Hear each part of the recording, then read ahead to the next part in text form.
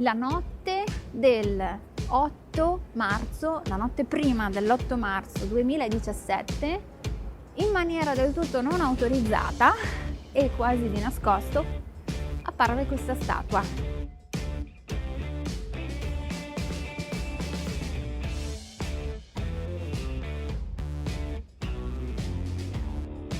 Questa è la statua della bambina senza paura. E dove apparve? Apparve davanti al toro di Wall Street, la bambina che sfidava il toro di Wall Street.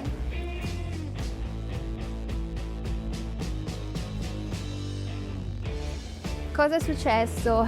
Purtroppo questa statua ha fatto scalpore perché era proprio una bambina in sfida al toro, e come in maniera non autorizzata Antonio Di Modica piazzò il toro davanti alla borsa di Wall Street al New York Stock Exchange, la stessa cosa fu in risposta alla statua di Antonio Di Modica, che rappresenta la forza e il potere economico degli Stati Uniti e quindi di New York, di Wall Street, di tutta la borsa di Wall Street. La bambina era in corrispondenza del toro a dimostrare l'importanza del potere al comando a livello economico delle donne, quindi era per sensibilizzare il potere delle donne anche a livello di business o di affari.